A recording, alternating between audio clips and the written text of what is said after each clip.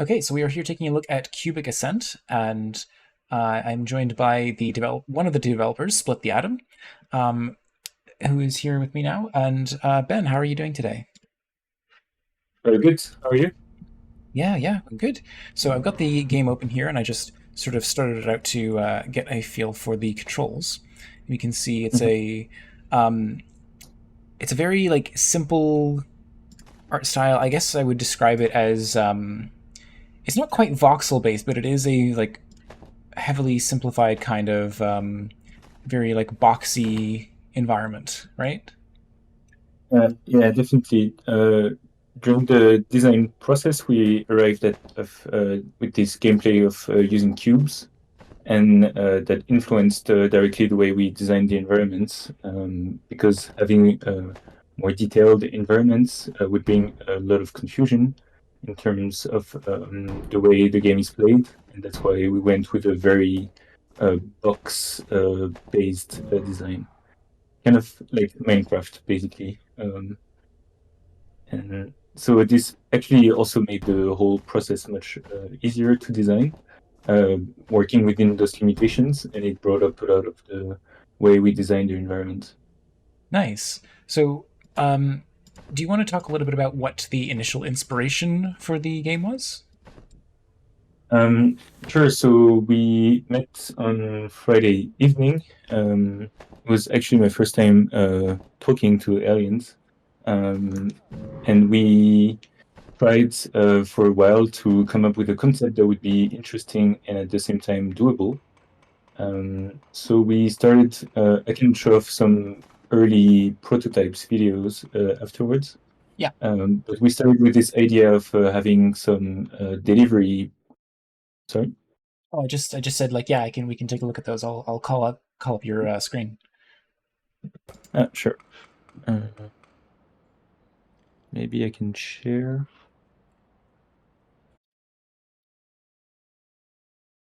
Okay. Oh, I saw it for a second. You saw it for a second. It didn't work. It sort of Maybe. popped up and then immediately disappeared.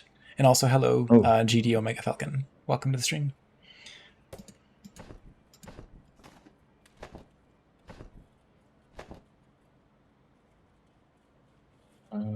Okay. Can you see right now? Yes, there we go.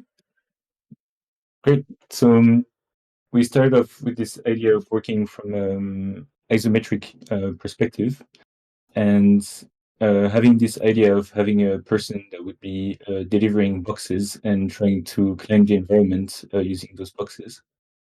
Um, Realizing that we didn't have a lot of time and everything, animating a character would become something quite complicated, and that's why we decided to narrow it down to just basically using the cubes. Mhm. Um, we still maintain the idea of moving around and trying to build yourself as you go. So grabbing more cubes in the environment to then be able to scale and ascend throughout the levels. Um, this was in the end quite. On Saturday, I spent most of the day trying to prototype something that would work. But it turns out in Unreal Engine, the character movement components can only be used with a capsule, Mhm. and that meant that building a character made out of boxes over time was impossible using this character movement component. And that's where I realized I had to come up with a character movement component, kinematic one, on my own, and to do all of this in 3 days. And all of this was going fine. So as I came up with the idea of getting those boxes and everything, but once came the idea of jumping, we realized that nothing worked, and coming up with the ways to do collisions, to do the jumping in a way that feels satisfying, um, became way too complicated. Mhm. So on Sunday, we decided to scrap everything and to really narrow it down to the basics. Um, so the way we approached this game jam was coming up with an idea, and in the end, we really limited it more and more over time. And so that's where we ended up with a concept of just being able to click on a face, and then it would build that face to then be able to scale the environment. So more of a turn-based approach in the end. And yeah, so that was prototyped on Sunday, and eventually came up with this idea of just placing the cubes and picking up more cubes using those pickups that you can see. Yeah. We had this idea of having cubes left to place. So when you pick up a power up, that means you have again a power up, a cube that you can place without losing another one. But then again, we decided to just narrow it down to the most simple fact and having more like Snake in 3D, basically. Yeah. So yeah, eventually when we came up with this concept, the Jam version only used the mouse, just used the mouse basically to click on the faces, and the movement with the keyboard I added once the Jam was over, and it feels much better to control with the keyboard. So yeah, that was prototype versions, and the game that you have now is you can try it with a mouse. I think it feels better with a keyboard.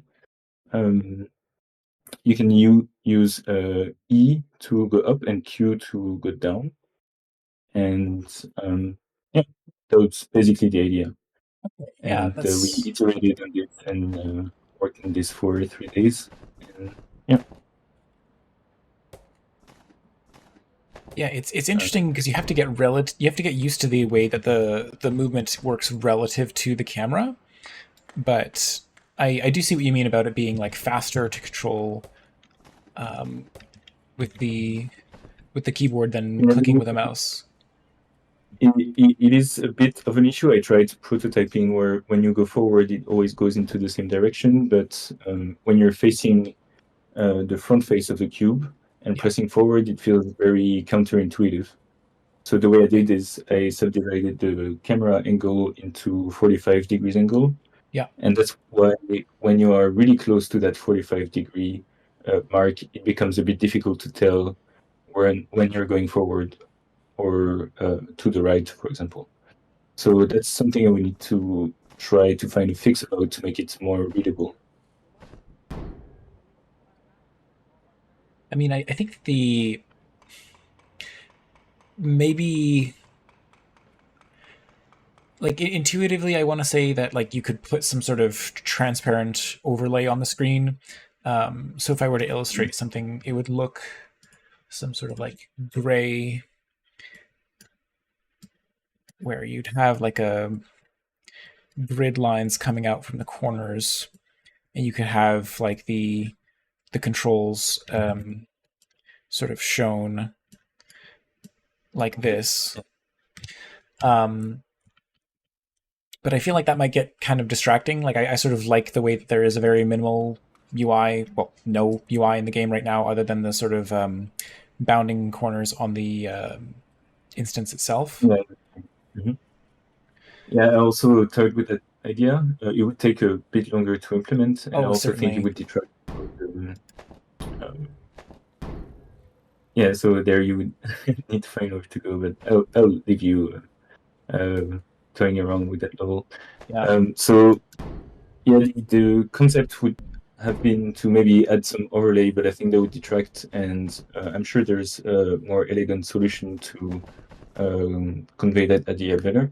Yeah. Thinking of just a button that you can press, and then it shows a grid around you to also show how you can be able to move around the environment and to understand the distances with other cubes better. But at the moment, this would be the way this works. And I think once you get the hang of it, it becomes quite quick. But definitely when you start playing, it's a bit less intuitive. Yeah, I mean, I think that it's easy enough that I understand the fundamentals of it, and then even if it needs a little bit of extra, like sometimes I just switch over to using the mouse to control it, and I think that's just fine. Mm-hmm. Yeah, with the mouse, it's also a different dynamic, which I think is interesting. having to really decide when you place the cube and not move and fly through the levels like this. You can head through the first crane here. There's a hole in there, so that might Yeah, be where you want. I see the hole in the crane, but I don't know how to get up that high. On the left, right? This one over here. To the right. Yeah, Oh, the bottom right of the screen, probably. Yep. uh, So there earlier, where there's the smoke on the left, the bigger platform there. oh. I mean, I see the smoke there, but sorry, you're seeing the No, stream at a bit of a lag, yeah. so let's try. Here's- And the Okay, so I'm over at the smoke now. And oh, okay, so what you were saying is I can go over from here. Okay, yeah, I can just barely reach that, and then I can go out this way and around. I think yeah, it that also takes. you and okay, now it's all. Well, no, okay, that was not the way to do it. I think that is this the entire thing, or is there more from here? There is more from here. Okay, I Uh, think there I was just think a little bit of an it's probably escalation. sorry. I think there was just a little bit of an escalation in terms of the sort of Yeah, complexity of the environment here. the issue with the game jam is that it was done without any playtesting, Yeah, basically. exactly. So we had to imagine that because for us the solution once we make it comes so naturally that it's really difficult to see what people will see and what they want. The other levels I feel are a bit more explicit about the way they should be approached, but this is definitely a step up in the difficulty that we should have taken more consideration when planning the game. But this is the game jam way of course, and Yeah. and yeah, very good. Okay, there we go. And Now we're on you top. can go, yeah, exactly. And yeah, Yeah. you'll see that this level is probably a bit easier. We decided to do also go more on the exploration side, so you have to go around the environment and try to understand how to get how to find your way around the place. We maybe didn't hide the cube well enough, but I think that's fine. And it's a good relief after the difficult level, for sure. Yeah. Yeah. No, I think there's nothing wrong with like having something that goes up and then back down in terms of difficulty. So, um, all right. So we kind of skipped past it at the beginning, but do you want to just take a quick second to talk a little bit about your background in game development? And I know you sort of already mentioned your role in this project, but if you want to get like a little more specific about what it was that you worked on. I know that on the credits here, you're listed as the programming, level design, and gameplay. So basically, Aliens was on Blender, Mm-hmm. and I was on the Unreal engine to make this project. So I did the programming and everything, and then implemented all the models that Aliens provided, and we also had long calls about the way we should design everything. In terms of my history in game development, I started a year ago with Unreal Engine, so quite happy with the understanding that I have of the engine now. I still feel like there are tons to learn, but so this was the real game jam project. Well, I had another one before for a smaller game jam, the Slow Summer Jam, but this was the first project I did in collaboration with someone, and also that was finished enough and that was liked also quite well. We ended up 27 in the jam, which was a really great surprise.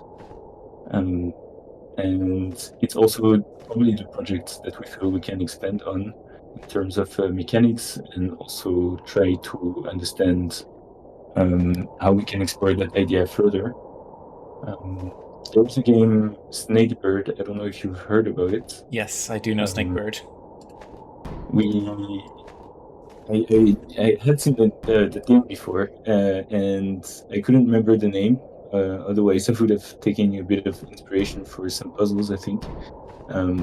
But it's really interesting how the third dimension really changes the puzzles, and I think mechanically it can be the same, but in terms of the solutions you can come up with, there is really something different there, and something that could be explored with different mechanics and everything. So that's what we're planning on at the moment.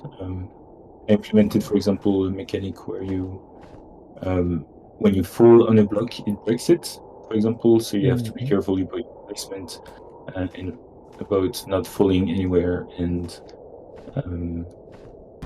so it brings interesting situations and decisions that have to be made, and some care has to be put into how you put the cubes everywhere. Yeah, so are you planning on breaking it up on a sort of per level basis, or did you want to have something that is like sort of consistently scaling up, like the way that I'm playing right now? Yeah, for the jam, since the theme was built to scale, we thought about, okay, you're a box, you start in the basement, and you go as high as possible. Yeah. Now that we have the opportunity to think a bit more about how we could approach level design, I think it would be better to have a world where we divide the levels into worlds, and something that is really important to keep track is also the number of cubes that the character has. Yeah. So having only 3 cubes makes some puzzles very simple, so you have to find different and interesting situations to approach this way. And once you get a fourth cube, then it changes everything. It brings you have more distance, but you also have many more interesting situations that you can explore. And I think building a world, but also having to be careful about the way you give cubes to the player. In order to make interesting levels and also interesting progression would be a good way to approach this. So segmenting it not in a way that you only go up, but in a design that would be a bit similar to Dark Souls, for example, where you go around and then open a door back to the hub or something. You find the glitch of losing and winning at the same time. Yeah. So I think there's also an interesting approach to be taken in terms of level design on a bigger scale, let's say. I noticed that sometimes the snake, your sort of cubes, like they seem to be just random. Or actually, do they cycle, the ones that you have? So they cycle yeah, they do cycle, and when you pick up a cube, you can see the objects that you're going to pick. So, for example, now you take the computer and add the computer to your snake. At first we had quite a few ideas. So, for example, having a washing machine, and when you have the washing machine, then it makes some kind of noise and vibrates, or you pick up a computer and you can see the screen flicker and other kind of details that would make it give more personality to this big snake made out of objects. Fortunately, we didn't have the time to do this. And now we also decided to change the approach of cube disappearing at the end and placing a new cube. Yeah. I can also share something in Unreal if you'd like. I don't know if you still have time. Yeah, we can do a screen share. So let me quickly start the project. And I feel like also this way of moving your cube in a more snake-like fashion makes it much more understandable where you will end up and how you will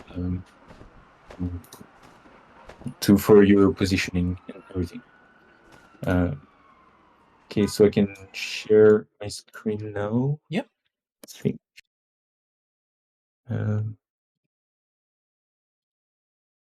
Yeah, let me know when you can see. Yeah, watch stream, and there we go. Okay, so now this is the way we do it. It's moving the cube, all the cube in the same fashion. Yeah. And it makes it also a bit more understandable. It makes it also a bit more sense to see all of the cubes moving, because then you can understand the way the cubes are set up. And if you're in a square, then you can also tell better the situation, which cube is where exactly. Yeah, yeah. So yeah, ever since I've been experimenting with this mechanic, for example, which are cubes breaking. So when you land on a cube that is like this, maybe you cannot see my It's like mouse. the corrugated texture. Yeah, exactly. So this might bring other interesting situations. For example, like this, if I go completely forward, I will break the cubes. Mhm. And the issue is that I won't be able to get to that platform.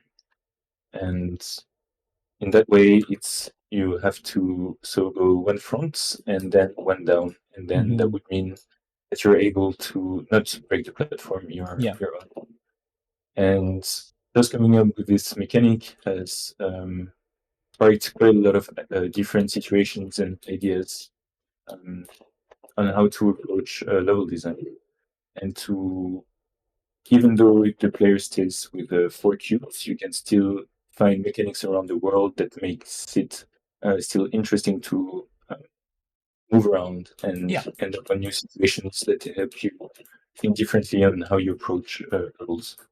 Yeah, certainly. Uh, The so this is sorry. oh, I was just going to ask, do you have plans to add an undo feature to the game? That's also something we've been thinking about. I think it makes a lot of sense. I think another approach, which is a good example here, is that we could instead have some platforms and checkpoints. Mm-hmm. So when you face a situation where one move could go wrong and you fall down to your death, instead you just fall back down on a platform and you Yeah. can go back quickly. The way you approach the game would be more um, methodical, and I feel like an undo move would push you to just try out every answer without really taking into consideration what your move should be. So it's more. So Uh, it's also an interesting topic where I'm not exactly sure. You have to not allow the. You have to not give to not punish the player that much, but mhm. you also don't want to give too much freedom to the player and make them feel like there's no danger, for example. I would say for like puzzle design though, like there's a reason that most of the popular puzzle design game puzzles that I'm aware of do have an undo feature. And I think it's not necessarily because they are not in trying to encourage the player to be careful, but it's Yeah, like mostly for the possibility of a incorrect input. Like yeah, if I had an idea of like, okay, I'm gonna go this direction, and then I accidentally press, like especially with the WSD controls, it's yeah, very yeah, that's true. possible that you might just push the wrong direction and then suddenly like, oops, oh no, I'm falling. Oh, I broke the thing. Oh, I have to start the level over. Yeah, yeah, that's definitely true. Um, yeah, undo feature could definitely be considered. I'm also thinking it would be a bit more difficult to program because the cube can fall down, and Yeah. if you fall down, then you would have to put the cube back into the position where it was originally. Um, so there are a few things to consider there. But yeah, I I think I think that the more you add things to the environment, um yeah, like the destructible environments especially, you start having to run into like oh, that's interesting. You actually have to outrun the breaking blocks.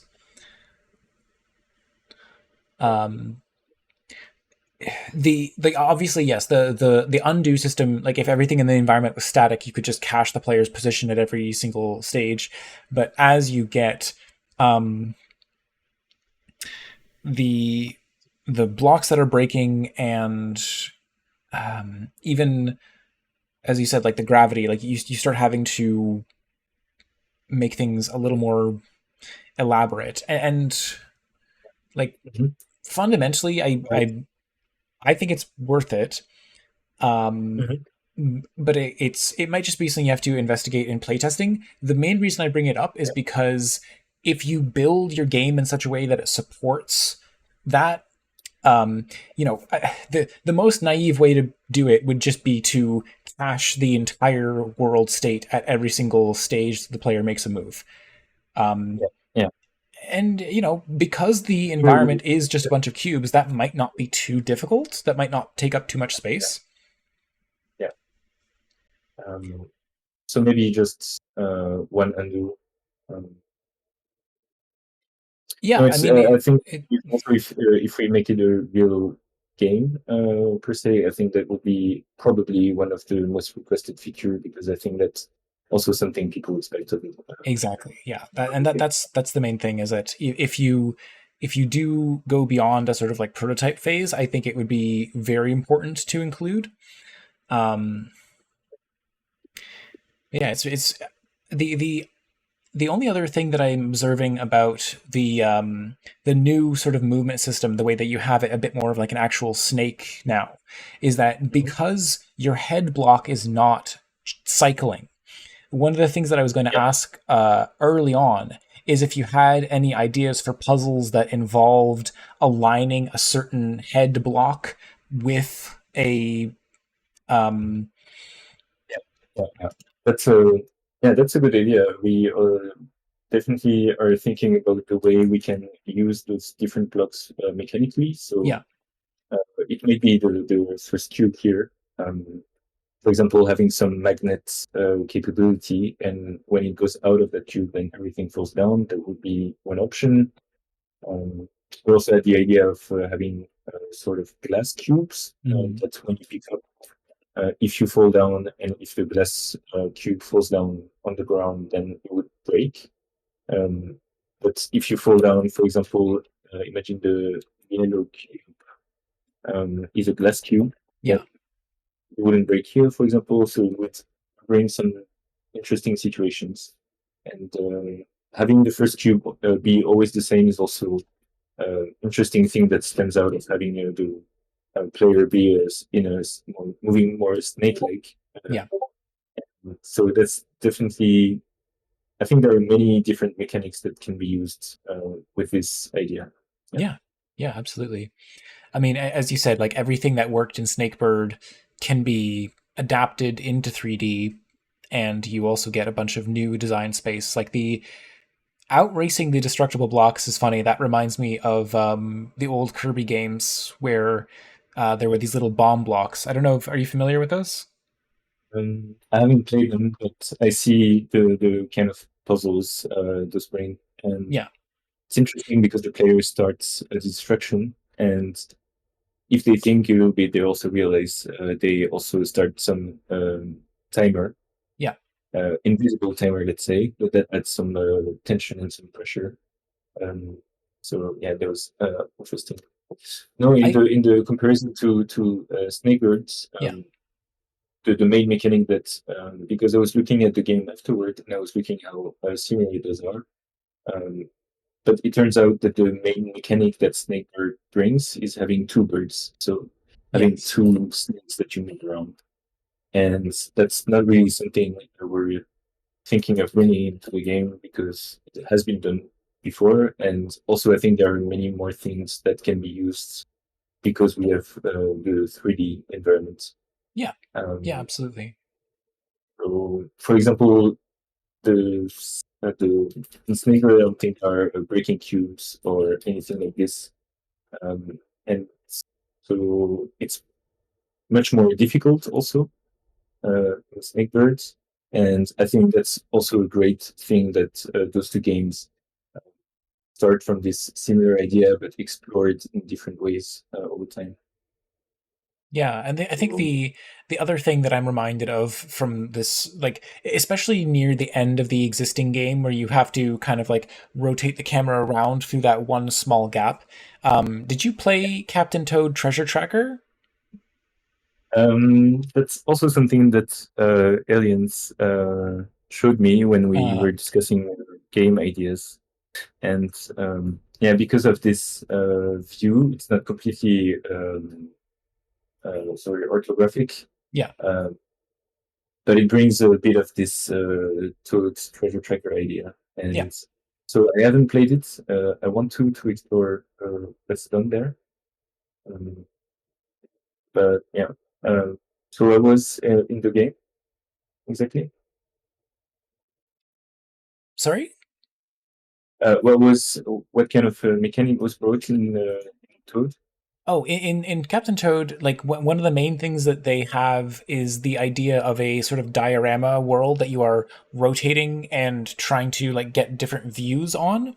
Like you are trying to see get different visual advantages, visual vantage points on a level to like spot something that might have been hidden. Um, Yeah, and so the this problem yeah, worked quite well when we only used the the game with the mouse. mouse Yeah. because you had to realize, and it was a very interesting moment, and I'm sad that now it's kind of gone away with the keyboard controls because people were coming up to the cube that was somewhere, and they Hmm. realized they couldn't go through, or that they would be blocked once they got that cube pick up. Hmm. And it was an interesting thing to see people having that eureka moment by turning around and seeing that there's a hole on the other side. Yeah. Um, Unfortunately, those things with the perspectives, having keyboard controls, it breaks everything a little bit, I think. Um, and it would be hard to exploit those camera viewpoints because of those controls. Um, Potentially, like just to keep in mind that in Captain Toad, you do still have free 360-degree movement control of the character, but the sort of environmental like um, the environmental manipulation mechanic still works. So Yeah, I think that it would at least be worth looking through to see if there's anything that you can sort of take design inspiration from. yeah, yeah. But Yeah, definitely. I think it's would be interesting to play similar games, see how they exploit some ideas, how they shape up the world, also yeah, to then see how we could explore and get some inspiration from. yeah, and so just we've talked a lot about like what some of these post gem ideas could be. Do you have plans to like how much further? Obviously, you are continuing development to some extent, but how much more do you want to keep working on the game? We're toying with the idea of making a full game. Hmm. I think, yeah, I spent a little bit of this week implementing those ideas and discussing aliens, and we realized that there's potential there. Hmm. It might take some time. I wasn't expecting to make a full puzzle game um, for my first game Yeah. because I know how difficult those are to make and how intensive they need to be in iteration and playtesting and everything. Um, but we really feel like we got some a good concept there Hmm. and things to exploit and good ways to make it into a full game that is not um, that can stay interesting for a length of 2 3 hours, let's say. So yeah, we're definitely considering making it into a full game. Yeah, and I mean, like the fact that you got 27th overall, like that also speaks Yeah, very highly of what other people think of this game. So I do hope that you pursue it even just a little bit further if you end up making like a small release on Steam. Something like a budget title for between $3 and $5, just somewhere around there. Marketing is always going to be the toughest part, but I do think that you've definitely got an opportunity to pursue something here. Definitely. There's a gap between having a good game and having a marketable game, and I think this might be more of a good game, but very a bit difficult to market. Let's say. Yeah, no, it's true. Um, but I guess for now. Well, actually, I do want to make sure I ask before we wrap things up. What do you think was the most difficult problem that you encountered during the jam, and how did you go about solving it? Um, it was definitely coming up with the idea in prototyping. Yeah. We struggled a lot, and when we realized on Sunday that we had to start from scratch, Hmm. at the time became really an issue.